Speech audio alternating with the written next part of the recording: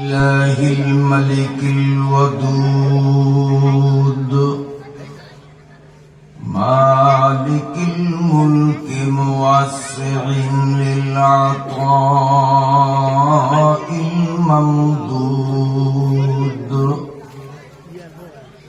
لا عدد عاد لعطائه ولا أحد حاد لآلائه وهو أعلى أولاد آدم وحواء وأوحى إلى رسوله ما أوحى كما أوحى إلى روح الله وإلى موسى لا كما أوحى إلى معطي العسل وإلى أم موسى اللهم صل وسلم دائما على رسولك المكرم الأكرم صعيد السماء وعلى آله الصلحاء السعداء اللهم صل على محمد وعلى آل محمد كما صليت على إبراهيم وعلى آل إبراهيم إنك حميد مجيد اللهم بارك على محمد وعلى آل محمد كما باركت على إبراهيم وعلى آل إبراهيم إنك حميد مجيد أما بعد فأعوذ بالله من الشيطان الرجيم بسم الله الرحمن الرحيم يا أيها الذين آمنوا ادخلوا في السلم كافة ولا تتبعوا خطوات الشيطان إنه لكم عدو مبين صدق الله مولانا العظيم وصدق نبينا الأمين ونحن على ذلك لمن الشاهدين والشاكرين آمنت بالله সবাই বলি আলহামদুলিল্লাহ দৌলতখান থানাধীন সৈয়দপুর ৭ নং ওয়ার্ড তালপাতা জামে মসজিদ সংলগ্ন রওজাতুল উলুম আল ইসলামিয়া নুরানি হাফিজি মাদ্রাসার উদ্যোগে দুদিন ব্যাপী চতুর্থ বার্ষিক ওয়াজ মাহফিলের আজ প্রথম দিন 23 নভেম্বর রোজ রবিবার মহান আল্লাহ রাব্বুল আলামিন দয়া করে মায়া করে আমাদেরকে এই পবিত্র মাহফিলে সুস্থ শরীর নিয়ে যথাসময়ে সুশৃঙ্খলভাবে উপস্থিত হওয়ার সুবর্ণ সুযোগ দান করলেন। এজন্য আলোচনা আরম্ভের প্রারম্ভে সর্বপ্রথম সেই মহান রব্বুল আলামিনের পাক দরবারে অকপট মনে সশ্রদ্ধ কৃতজ্ঞতা আর শুকরিয়া নিবেদন করছি, বলুন আলহামদুলিল্লাহ। মুহতারাম হাজিরিন, আমরা মুসলমান, ধর্ম আমাদের ইসলাম। ইসলাম ধর্মের একান্ত মূল বিধান কোরআন, নবীজির হাদিস। ঠিক আছে? আমরা মুসলিম, ধর্ম আমাদের বলেন না ইসলাম। এই ইসলামের মধ্যে যারা প্রবেশ করে নিজেকে মুসলিম পরিচয় দিবে, তার জন্য বাধ্যতামূলক হলো আল্লাহ পাকের প্রতিটি আদেশ নবী পাক সাল্লাল্লাহু আলাইহি ওয়াসাল্লামের শিখানো পদ্ধতিতে পালন করা। কথা বুঝতে পারিনি? যেমন একটা ছেলে একটা মেয়েকে বিয়ে করলো, কাজীর অফিসে দেখেন না, এক পক্ষ বলে এত টাকা মহরণার আওয়াজে অমুকের পোলা অমুকের নিকট অমুকের মেয়েকে নেকাহে সুপর্দ করিলাম, আর জামাই মিয়া বলে আলহামদুলিল্লাহ আমি কবুল করিলাম। আপনাদের দেশে বিয়ে এরকম না? এখন ও যে আলহামদুলিল্লাহ আমি কবুল করিলাম একটা কথা বলছে, এই কথার মধ্যে তেলের কথা আছে, সোনুর কথা আছে, পাউডারের কথা আছে, ভাতের কথা আছে, মাছের কথা আছে, রোগ হইলে ওষুধের কথাও আছে। এখন বউ ওষুধ, স্বামী ওষুধ আনে না। যদি বলে আপনি আমার বিয়ের মজলিসে কবুল করছেন, আপনি ছাড়া আমার ওষুধ কে দিবে?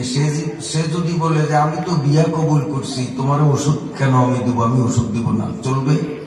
কথা বলেন, চলবে? সমাজ মানবে? আইন মানবে? কেন? আলহামদুলিল্লাহ কবুল করছি বললেই বোঝা যায় যে বউর ওষুধের দরকার হইলে ওষুধ দিতে হবে, কাপড়ের দরকার হলে কাপড় দিতে হবে, ভাত মাছের দরকার হইলে ভাত মাছ দিতে হবে। বিশেষ প্রয়োজনে বউ যদি তার আত্মীয় বাড়িতে যাওয়ার প্রয়োজনীয়তা দেখা দেয়, সেই ব্যবস্থা করে দিতে হবে। এক আলহামদুলিল্লাহ কবুল করছি মধ্যে সব আছে, আছে না নেই? তা আমরাও যারা এই কথা বলি যে আমি মুসলিম, ধর্ম আমার ইসলাম, এই এক কথার মধ্যেই নামাজ, রোজা, পর্দা, কুশিদা, হক, হালালি ইত্যাদি ইত্যাদি আল্লাহ পাকের প্রতিটি হুকুম নবী সাল্লাল্লাহু আলাইহি ওয়াসাল্লামের শেখানো পদ্ধতিতে পালন করতে বাধ্য। কেউ যদি কাজীর অফিসে আলহামদুলিল্লাহ আমি কবুল করছি বলছে, কিন্তু বউরে ভাত দেয় না, বউরে কাপড় দেয় না, বউর জৈবিক চাহিদা পূরণ করে না, বউ থাকে এই ঘরে, ও থাকে আরেক ঘরে, বউর সাথে তার কোনো সম্পর্কই নাই, বলেন তো এই বিয়ে কি টিকবে? জোরে বলেন, টিকবে? ঠিক যারা নিজেকে মুসলিম বলে দাবি করে, ধর্ম আমার ইসলাম স্বীকৃতি দেয়, কিন্তু আল্লাহ পাকের হুকুম মানে না, নবীজি সাল্লাল্লাহু আলাইহি ওয়াসাল্লামের শিখানো পদ্ধতির তোয়াক্কা করে না, যেমনে খুশি অমনে চলে, নিজের মনের চাহিদা মাফিক চলে, সে যত কোটিবার নিজেকে মুসলিম বলুক না কেন, আল্লাহর সাথে তার সম্পর্ক থাকবে না, মুসলিমের কাতারে তার নাম থাকতে পারে না। মুসলিম হলে আল্লাহর বিধান মানতেই হবে। আজকে আমরা ভাগ করছি যে নামাজ রোজা পর্দা পশিদা এগুলো হুজুর গোবাগে। আমরা গ্রামের যারা জেলে চাষি আছি, ব্যবসায়ী আছি, আমরা নামাজ না পড়লেও কিছু আসে যায় না। শহীদ হুজুরে হুজুর মানুষ এক ওয়াক্ত নামাজ না পড়লে এই যে বিএনপি বাজার, আরেকটা কি বাজার না, গোসেরহাট বাজার, মাঝিরহাট বাজার, সমালোচনার জ্বর উঠবে কি উঠবে না? শহীদ হুজুরের মতো মানুষ নামাজের টাইমে বৈশাখ দিছে, পাশের দোকানে নামাজ পড়লো না, ওরে বাবা, বেনামাজিরও পর্যন্ত সমালোচনা করবে কি করবে না, কথা বলে। কিন্তু আপনার ছেলে, আপনার মেয়ে, আপনার জামাই, আপনার নাতিপুতি সপ্তাহের মধ্যে একদিনও পড়ে না, মাসেও না, বছরেও না, এই ব্যাপারে তো কোনদিন কোন সমালোচনা উঠতে আমরা দেখি না। আমরা ভাগ করেছি নামাজ রোজা হুজুরদের জন্য বাধ্যতামূলক, আমরা অহুজুর যারা, আমরা নামাজ রোজা করলেও ভালো, না করলেও চলে। তাহলে কোরআন মনে হয় দুইটা ইসলামের মধ্যে, এক কোরআন হয়েছে হুজুরদের জন্য, আরেক কোরআন হয়েছে জেলে চাষি ব্যবসায়ী এদের জন্য। হুজুরদের কোরআনে আছে তুমি যখন হুজুর হইছ নামাজ পড়া লাগবে, আর ওদের কোরআনে মনে হয় আছে তোরা যখন হুজুর হস নয় তখন নামাজও লাগবে না। কোরআন দুইটা তো। হুজুর গো যে কোরআন, এই কোরআন তো ইনশাল্লাহ আমরা দেখাইতে পারবো মসজিদে কোরআন আছে না নাই? যদি বলেন এই এখন আইয়া দেখাই দেব।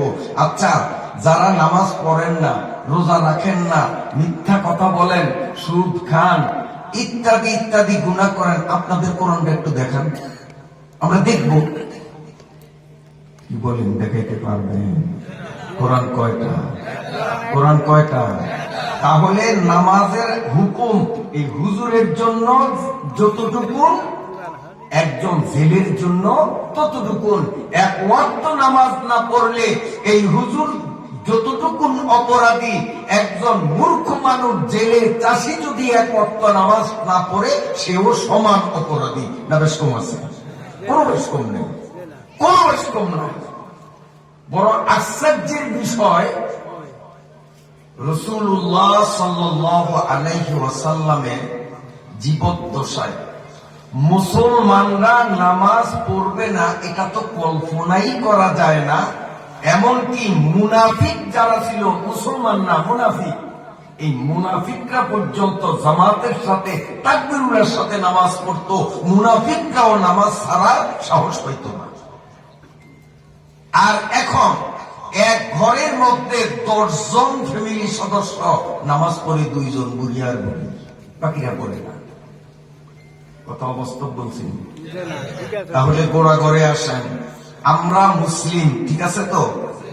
ওয়াকালা ইন্নানি মিনাল মুসলিমিন, মুসলমান নিজের পরিচয় মুসলিম বলে দিবে গর্ব ভরে, সন্তুষ্ট চিত্তে।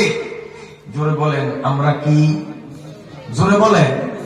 মুসলমান আর মুসলিম একই কথা। ধর্ম আমাদের ইসলাম, বলেন না ধর্ম আমাদের ইসলাম। মানব আল্লাহর হুকুম, নবীর তরিকা। আল্লাহর হুকুম মানলেই হবে না, সেটা নবীর শিখানো পদ্ধতিতে হইতে হবে, তাহলেই আমরা মুসলমান।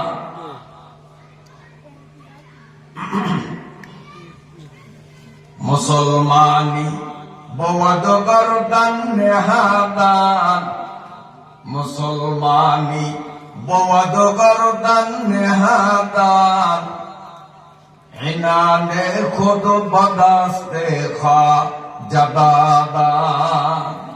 যতক্ষণ না শরীয়ত সম্মত গ্রহণযোগ্য উজুর ছাড়া আল্লাহ পাকের হুকুমগুলো আমরা সঠিকভাবে মানতে পারবো না, ততক্ষণ মুসলিম বলে নিজেকে পরিচয় দেওয়ার অধিকার আমাদের থাকবে না। কথা বুঝাইতে পারি নাই? কথা বুঝাইতে পারছি তো? নিজেকে মুসলিম পরিচয় দিতে হলে হুকুম মানবো কার? জোরে কোন? আল্লাহ খুশি হবে কার? কোন নিয়মে? কয় না, নবীজি যেভাবে শিখাইছেন ওই নিয়ম। আল্লাহ শুধু হুকুম করছে নামাজ পড়ো, কিন্তু নামাজটা কোন নিয়মে পড়তে হবে এটা কিন্তু আল্লাহ বলেন, ওইটা নবী শিখিয়েছে। আল্লাহ বলছেন যাকাত দাও। এখন যাকাত কোন নিয়মে দিতে হবে, কারে দিতে হবে, কে দিতে বাধ্য, তারপরে শতকরা কত পার্সেন্ট দিতে হবে, এগুলি সব নবী বলছে। আল্লাহ কিন্তু বলে না, আল্লাহ বলছে শুধু যাকাত দাও। আল্লাহ বলছেন পর্দা করো। এখন পর্দা কেমনে করতে হবে, কে কার সাথে পর্দা করতে হবে, এর বিস্তারিত ব্যাখ্যা নবীজি সাল্লাল্লাহু আলাইহি ওয়াসাল্লাম দিয়েছেন। তাহলে হুকুম মানব কার, কোন নিয়মে? নবীজির শিখানো নিয়মে। এখন আমরা অনেক ক্ষেত্রে আল্লাহ পাকের হুকুম মানি না, নামাজ পড়ে না, রোজা রাখার বিধান আল্লাহর দেওয়া, রোজা রাখে না। আবার কোন কোন ক্ষেত্রে আল্লাহর হুকুম মানে কিন্তু নবীর তরিকার ধার ধারে না, যেমন বিবাহ শাদী। আল্লাহ কোরআন শরীফের মধ্যে সূরা নিসা মধ্যে হুকুম করেছেন, ফানকিহু মা তাবা লাকুম মিনান নিসা, তোমরা বিয়া করো। আল্লাহ বলছেন তোমরা বিয়া করো। এখন বিয়া কেমনে করবে, বিয়ার বৌভাত অনুষ্ঠান কোন নিয়মে চলবে, বউ কিভাবে আনবে, বউকে কিভাবে সাজাবে, কোথায় সাজাবে? নতুন বউরে সাজায় না, কোথায় নিয়ে? পার্লারে, বিউটি পার্লারে। এখন বউরে কি বিউটি পার্লারে নিয়ে সাজাবে না ঘরে পর্দার মধ্যে রেখে সাজাবে? বৌভাত অনুষ্ঠান কোন নিয়মে হবে, ইত্যাদি ইত্যাদি, এই নিয়মগুলো শিখাইছেন রাসূলুল্লাহ সাল্লাল্লাহু আলাইহি ওয়াসাল্লাম। নিজে নবীজি বিয়ে করছেন, উম্মতরে দেখাইছেন, এই দেখো আমি বিয়ে করছি, এই বউ আনতে আছি, এই বৌভাত অনুষ্ঠান করতেছি, শিখালো নিয়ম। আল্লাহ তো শুধু হুকুম করছেন বিয়ে করো। এখন বিয়ে করার পদ্ধতিটা আমি দেখিয়ে দিলাম। সুবহানাল্লাহ, সুবহানাল্লাহ। এখন বলেন, জানা থাকে আমাদের নবী জীবনে বিয়ে করছেন? নবী বিয়ে করছে? আর কথা কয় না, নবী বিয়ে করছে কয়টা? মনে হয় 2-3টা। কয়টা? একটা। কয়টা? 11টা বিয়ে করছে আমার নবী, বলেন সুবহানাল্লাহ। তবে 11 বউ একসাথে ছিল না, একসাথে ছিল 9 বউ। 9 বউ একসাথে হুজুরের ঘরে 9 স্ত্রী ছিল, কিন্তু বিয়া 11টা। ওইটা মরছে আর ওটা করছে, বুঝলেন না? এইভাবে 11টা বিয়া, কিন্তু একসাথে বউ পালছেন 9 জন, 9-এর উপরে বউ পালেন না। আচ্ছা, আপনারা কোন সময় কি ওয়াজে নসিহতে শুনছেন বা কোন বই পুস্তকে বা ইতিহাসে শুনছেন যে নবীজি আয়েশারে যেদিন বিয়ে করছেন সেদিন বাড়িতে 3টা বক্স আনছে, বক্স বাজাইছে? হ্যাঁ, বক্স বাজাবে। শহীদ এই সময় তোর বক্স আছে না, বক্স আছে না, এখন হলো আধুনিক যান্ত্রিক উপায়ে। তখন যন্ত্র ছিল না, সরাসরি মুখে গান দিত, মেয়েদেরকে সরাসরি নাচাইত। ইতিহাসে পাইছেন না ওয়াজে শুনছেন যে আমার নবীর কোন একটা বিয়েতে ছেলে মেয়েরা একসাথে নাচানাচি করছে, আনন্দ ফুর্তি করছে, গান বাজনা করছে? কথা কয় না। আমার নবী তার মেয়ে ফাতেমা, উম্মে কুলসুম এদেরকে যে বিয়ে দিছেন, রোকায়া, নবীজি নিজের মেয়েদেরকে বিয়ে দিছেন। কোন বিবাহে বাড়ির দরজায় গেট করে লাল ফিতা দিয়ে বেড়া দিছেন, বরপক্ষ যখন আসছেন তাদের সাথে ধস্তাধস্তি, কিলাকিলি, মারামারি কইরা এক পর্যায়ে 5,000 টাকার একটা সিদ্ধান্ত হয়েছে, তারপরে ফিতা কাটছে, মেহমান আইছে। এরকম ঘটনা রোকের বিয়ের সময় হয়েছে মনে হয়। ও নবীজির মায়া ফাতেমা বিয়ে করছে, তো তোরা ভাই নাকি? ও তখন পুরা মুসলমান, বিয়ে করা আল্লাহর হুকুম, পদ্ধতি শিখে গেছেন আমার নবী সাল্লাল্লাহু আলাইহি ওয়াসাল্লাম। ওয়ালাকাদ কানা লাকুম ফি রাসূলিল্লাহ উসওয়াতুন হাসানা। আল্লাহ বলেন আমার নবী যেই আদর্শ, যেই পদ্ধতি শিখাইছেন, এর চেয়ে সুন্দর, এর চেয়ে সামাজিক, এর চেয়ে মানসম্মত নিয়ম পৃথিবীতে আর দ্বিতীয় কোনটা নাই। এটাই হলো ভদ্রতা, এটাই হলো সভ্যতা, আমার নবীর আদর্শ। কাজে আল্লাহর হুকুম মানি, কিন্তু নবীর আদর্শের দাবদারি না। ঠিক আছে?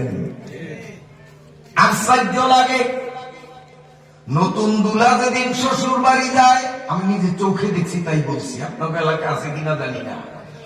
নতুন দুলা যেদিন সর্বপ্রথম শ্বশুর বাড়িতে যায়, এই নতুন দুলারে ভাত খাওয়ানোর আগে হাত ধোয়াইবার জন্য এমন তেসালিয়া গাবুর কতগুলা মেয়েরা আসে। যদি এদিনের বিয়া দিত, 4টা সন্তানের হয়তো মা হইতো। ল্যাংটা পোংটা কোথায়, মাথার কাপড় কোথায়, বুকের কাপড়, কোনো প্রশ্ন বেশ নাই। এই সাবালিকা সুন্দরী রূপসী মেয়েরা নতুন বউয়ের সাথে সেজে গুজে ওই নতুন দুলার হাত ধইরা সাবান দিয়া কসলাইয়া কসলাইয়া হাত ধোয়ায়। আসেনি সমাজে? এগুলো নবী শিখে গেছে। হ্যাঁ, এগুলো তো বেঈমানদের রীতি। আমরা তো বেঈমান না, আমরা তো মুসলমান। قل إن كنتم تحبون الله فاتبعوني يحببكم الله ويغفر لكم ذنوبكم والله غفور رحيم। আমার কথা আপনারা কষ্ট পাচ্ছে? বেজার হয়নি? বেজার হয় না? সকাল বন্ধ করেন। আল্লাহ, খুব গুরুত্বপূর্ণ কথা আসবে সামনে। কিছু বাড়িতে নিতে পারবেন এমন কিছু জিনিস দেব ইনশাআল্লাহ। এখন একটু এটা আপনার খোলাটারে তৈরি করতেছি। আসল ওয়াজ এখনো শুরু হয় নাই, ওয়াজ সামনে। আয়াত পড়ছি, ভুলি নাই, পড়ে আছে ইয়া আইয়ুহাল্লাযীনা আমানু দুখুলু ফিস-সিলমি কাফা ওয়া লা তাত্তাবিউ খুতুওয়াতিশ শাইতান ইন্নাহু লাকুম আদুউম মুবিন। এই আয়াতের আলোচনা হবে ইনশাআল্লাহ। এখন আসেন, আমাদের নবীর শিখানো পদ্ধতিগুলোর মধ্যে গুরুত্বপূর্ণ ফজিলতপূর্ণ একটা পদ্ধতি হলো, দুই মুসলমান যখন প্রাথমিকভাবে সাক্ষাৎ ঘটবে, দুজনের মধ্যে দেখা সাক্ষাৎ হবে, তখন আসসালাম কাবলাল কালাম। প্রথম কি? কন্যাকা আগে সালাম পরে কালাম। কালাম মানে কথা। এটা হলো নবীর শিক্ষা। নবীর শিক্ষা হলো আগে সালাম পরে কালাম, কথা পরে। বন্ধুরা আমার, এখানেও আমরা নবীর সুন্নতের তোয়াক্কা করি না। মোবাইল আমার দিকে রিং পাচ্ছে, রিসিভ কইরে হ্যালো, কে কে চিনতে পারি না। ও আব্দুল করিম ভাই রে, এতদিন পরে নি আমার কথা মনে পড়ছে। কেমন আছো? আসসালামু আলাইকুম। ভালো আছো রে ভাই? আপনার এখন সালাম আগে হয়েছে না কথা আগে হয়েছে? কথা 1 ডজন হয়েছে, তারপরে সালাম। এটা কি নবীর শিখানো সালাম? এই সালামের কোনো ভ্যালু নেই। আজকে একটা সালাম, ওই ছোট্ট শিশুটা যে বক্তব্য দিছে, এখানে একটা সালাম পাইছি, ও সালাম দিছে না? কিন্তু আপনারা লক্ষ্য করছেন কিনা জানি না, আমি লক্ষ্য করছি, যেহেতু রাজনৈতিক মঞ্চে দাঁড়িয়ে রাজনৈতিক নেতারা যেই স্টাইলে বক্তব্য দেয়, এই ছেলেটার বক্তব্যটা হুবহু সেই স্টাইলে হয়েছে না? আমি তো ওর দিকে চাইয়ে গেছি, কি নেই, এটা কি এমপি ইলেকশন করবো নি? যে ভাগ না একটু আটকাইছে কোন জায়গায়, একটু ভয় পাইছে। এই যে ছোট্ট একটা ছেলে একজন বলিষ্ঠ উপরস্থ নেতার মতো বুক ফুলিয়ে বেদরদ বক্তব্য দিতে পারছে, একটি মায়ের ফেটেতে শিখাইছে না কেউ শিখাইছে? হ্যাঁ, শিখাইছে। কারা শিখাইছে? এই মাদ্রাসার হুজুর। এটা এই মাদ্রাসা ছাত্র না কেন? তাহলে ওরে শিখাইছে কারা? এই ভাত বেগুন টিপন লাগে না, মহিলারা ভাত রান্ধে, দুগা উগা টিপ দিলেই পাতিলের ভিতরে যা আছে সব দিন খবর হয় না? আর পোলা পাই ব্যক্তি টিপ দেওয়ান লাগে না, ওই যেটারে টিপ দিছে এইটা টিপেই বোঝা যায় যে এই মাদ্রাসায় হুজুররা ঘুমাইয়া বেতন খায় না, বরং হুজুররা যথাযথভাবে ছাত্রদেরকে গড়ার জন্য 100% মেহনত করে। আমি এটা বুঝছি, আপনারা কি বুঝছেন জানি না।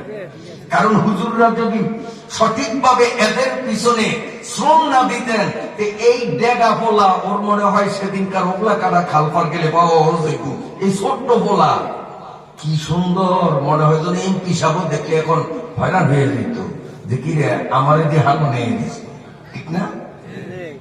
এই রাজনৈতিক মঞ্চে রাজনৈতিক সালাম আজকেও পাইলাম, এটা ইসলামের সালাম না। কারণ এই ছেলেটা সর্বপ্রথম সভাপতিকে সম্বোধন করেছে, তারপর প্রধান অতিথিকে, তারপর উপস্থিত জনতাকে সম্বোধন করে কয়েক ডজন কথা বলার পরে তারপরে বলছে আসসালামু আলাইকুম। আপনারা বলেন কথা আগে হইছে না সালাম আগে হইছে? কাজে এইটা ইসলামের সালাম না, এই সালামের এক পয়সাও ভ্যালু নাই। এই জন্য নিয়ম হলো, আপনারা লক্ষ্য করছেন কিনা জানি না, আমি যখন মঞ্চে উঠলাম এই সোফায় বসার আগেই আপনাদের প্রতি ইঙ্গিত করে সালাম বিনিময় করেছি, মনে আসেনি আপনাদের? এখন কথা বলি, এখন আপনারা বলেন আমার সালাম আগে হয়েছে না কথা আগে হয়েছে? আগে সালাম তারপরে কথা, এই হইল শরীয়তের নিয়ম। মোবাইল আসলেই রিসিভ করি আসসালামু আলাইকুম কে বলছেন, ঠিক আছে, হ্যালো কে বলছেন, এরপরে আসসালামু আলাইকুম, এই সালামের কোনো দাম নেই। এবার সালামের আরেকটা মাসলা বলবো নি। এখন মনে করেন আমি আর শহীদ হুজুর দুইজন দুই দিক থেকে আসলাম। এখন শহীদ হুজুর আমারে সালাম দিলেন আসসালামু আলাইকুম, আমার উপরে ওয়াজিব হবে তার সালামের জবাব দেওয়া, ওয়ালাইকুম আসসালাম জবাব না দিলে সাংঘাতিক গুনাহের বোঝা আমার মাথায় পড়বে। বুঝাইতে পারছি? সালামের জবাব দেওয়া কি ওয়াজিব। এখন সমস্যা আমাদের সমাজে যে হয় এগুলো একটু ধরে এনে, শহীদ হুজুর পূর্ব দিক থেকে আসে, আমি তালবাতা মসজিদের ঘেসে পূর্ব দিকে যাই, আমার দিলে নিয়ত শহীদ হুজুরের আমি সালাম দেব, আর ওনারও নিয়ত যে নৈপুরি হুজুরের সালাম আমি দিব। এখন আস্তে আস্তে দুইজন কাছাকাছি আসছি, ওনার মুখ থেকেও আসসালামু আলাইকুম, আমার মুখ থেকেও আসসালামু আলাইকুম, একসাথে দুজনের মুখ থেকে বাইরে হয়েছে। এইরকম আপনাকে জীবনে হয়েছে নি? দুই চারবার হয় না? হয়েছে। উনিও কে আসসালামু আলাইকুম, আমিও আসসালামু আলাইকুম, একটাই নেই। আমাদের বর্তমান সমাজে দেখা যায় দুইজনের সালাম যখন একসাথে হইয়া যায় তারপরে তারা কথাবার্তায় লিপ্ত হইয়া যায়, সালামের জবাব দেয় না। শরীয়তের মাসআলা হলো দুইজনের সালাম যখন সমানে সমানে হলো, এক টাইমে হলো, শহীদ হুজুরের উপর ওয়াজিব আমার সালামের জবাব ওয়ালাইকুম আসসালাম বলে দেওয়া, আমার উপরও ওয়াজিব হবে শহীদ হুজুরের সালামের জবাবে ওয়ালাইকুম আসসালাম বলা। দুইজনেই সালামের জবাব দিতে হবে, নইলে মারাত্মক গুনাহ হবে। এই ভুলগুলো সমাজে আসেনি? আরো একটু আছে, আর একটু আছে। কেমন?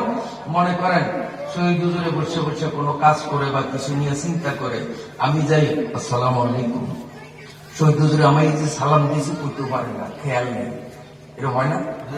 উনি অন্য টেনশনে আছেন বা কাজে ব্যস্ত আছেন, আমি যে সালাম দিয়েছি উনি টের পায় নাই। টের পাইলে আলেম মানুষ অবশ্যই ওয়ালাইকুম আসসালাম বলতেন, টের পায় না। তখন আমরা করি কি, হুজুর সালাম দিছি যে, নবর সাহেব সালাম দিছি যে, মুরব্বী সালাম দিছি যে, এরকম কয়নি? যখন উত্তর দেয় না তখন তারে স্মরণ করে দেয় আমি সালাম দিছি, আপনি জবাব দেন না কা? ও ভাইরা আমার, বাবাজিরা আমার, সম্মানিত মুরব্বীগণ, কান খুলে শুনুন। একজনকে আমি সালাম দিলাম, তিনি উত্তর দিলেন না। আমি যে সালাম দিয়েছি তিনি অনুমান করতে পারেন নাই, তাই উত্তর দেন নাই, তাই বলিয়া তাকে হুজুর সালাম দিছি এইভাবে বলা যাবে না, এটা শরীয়তে নিষেধ, সাংঘাতিক গুনাহ হবে। আহসানুল ফতোয়া নামক কিতাবের মধ্যে সালাম অধ্যায়ে বিস্তারিত ভাবে লেখা আছে। আমি শহীদ হুজুরের সালাম দিলাম, তিনি বুঝতে পারেননি, ওনাকে হুজুর সালাম দিছে এই কথা না বলে আমি দ্বিতীয়বার সালাম দেব, আসসালামু আলাইকুম। যদি উত্তর দেয় ভালো, নইলে তৃতীয়বারও সালাম দিব, আসসালামু আলাইকুম। উত্তর দিলে ভালো, দিল না, চতুর্থবারও আসসালামু আলাইকুম। উত্তর না আসা পর্যন্ত সালাম দিব, একবারও বলবো না হুজুর সালাম দিছি যে। আমাদের সমাজে এরকম বলে কিনা? কথা কন বলে কিনা? এইগুলা কি সঠিক না ব্যাঠিক? ব্যাঠিক। এই সালামে কোনো সওয়াব পাওয়া যাবে না। হুকুম মানবো আল্লাহর, তরিকা হবে রাসূলের। ঠিক আছে নি? হুকুম মানবো কার? আল্লাহ। পদ্ধতি হবে রাসূলের শিখানো পদ্ধতি। আল্লাহ তাআলা আমাদেরকে তৌফিক দান করেন। সবাই বলি আল্লাহুম্মা আমিন।